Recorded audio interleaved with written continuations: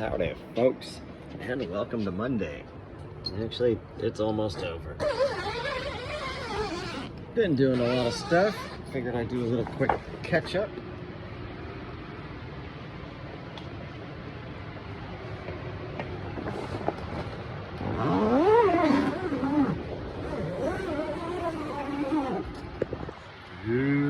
Let me tell you a story. Okay, so the liquid cultures are doing pretty good. The elm, not the elm, well, the lion's mane is scaring me. It's kind of foggy, and I get little floaters on top.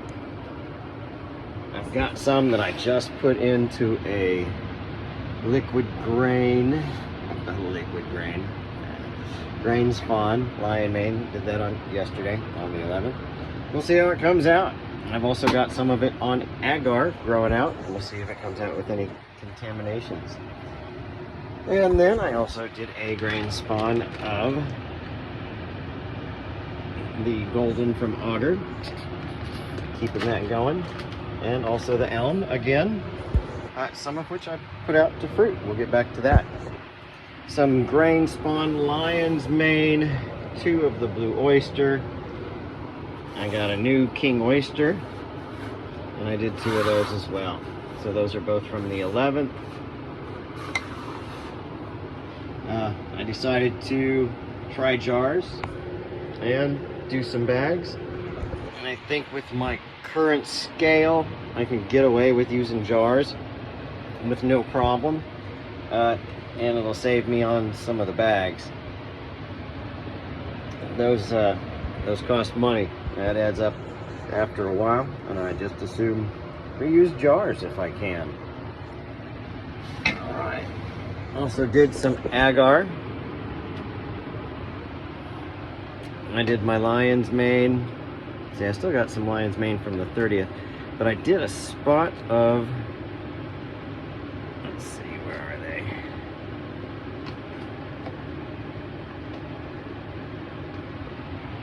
Where did they go? Maybe I didn't do it. Maybe I put it in the fridge. Anyway, I'll figure it out.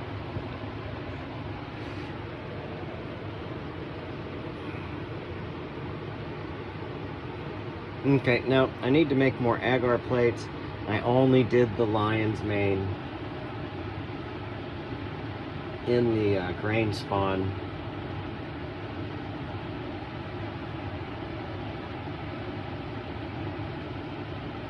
Right, but I did take up a syringe, and that is in there along with the remainder of the king and the blue. Just being stored for when I need it next. Well, for when I get agar plates. I meant to make agar today and for petri dishes, but I only had 1 jar left over. So I figure I'll pick up a flat of jars tomorrow, get my agar made, or maybe I'll get one of the special flasks. That will also require some polyfill, which requires another stop. Might as well. Okay, let me show you what is going on.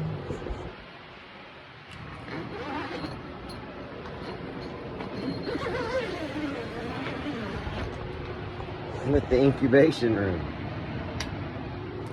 and the fruiting chamber. I like calling it a chamber. I guess we could call it a cave. Tent is just so mundane. Anyway, I started doing the fruiting, and I think the way I had the air set up caused some issues with condensation on the inside. So I had a bunch of puddling going on today. So I changed that, and I'm pushing air in instead of out. All right. And seems to be working better. Also, I moved the heater out. These are going to do fine, 70 degrees. Heater was more for the inoculation blocks, which I ordered another tent for, to keep those in the dark and at the right temperature. They need to be a little bit warmer than everything else. So here is the Elm Oyster. I just decided to, let's cut it. It just looks so cool on top, and wanted to fruit it from the top. I also did this with the Golden. I started that by flattening the top and folding it over and cutting a hole in the side, but I decided to cut the top off and roll with it. I want to see what happens. Another elm. Still kind of a spot here without the mycelium, but it was so colonized and really started pinning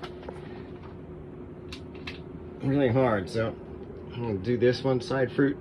Got the cut in there. That one's just a simple X. And then here are all the Golden. I decided to side fruit these from the wide side and these from the short side, just to see what differences there would be.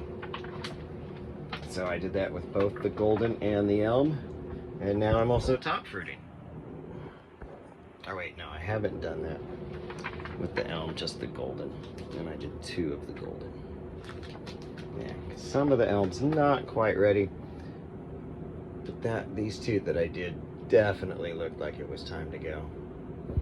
All right, so got the air coming in, got air going out, humidity set 85, and here we go. Check this out in a week. We should have some mushrooms. And I'll be doing some cooking videos. So since the fruiting chamber is going to have the lights on all the time, I had to move the inoculation bricks out of there. And they don't want that constant 16 hours of light. So I just put the shelf over here. Still not exactly in the dark. Covered it up with one of the floor inserts for one of the tents to kind of darken it up. Of course, when I leave, which is shortly, these lights will be off, so it will be completely in the dark. Be a little bit cooler than it should be, only by 5 degrees. If anything, that'll slow it down a bit. I'm not worried about it at this point. New inoculation tent comes in, not inoculation, incubation tent comes in on Friday. Get that set up. It'll be good to go. And then we're gonna work on our timing of making cultures, agar, spawn, inoculation bricks. And things should get fairly simple after that. We shall see. Peace.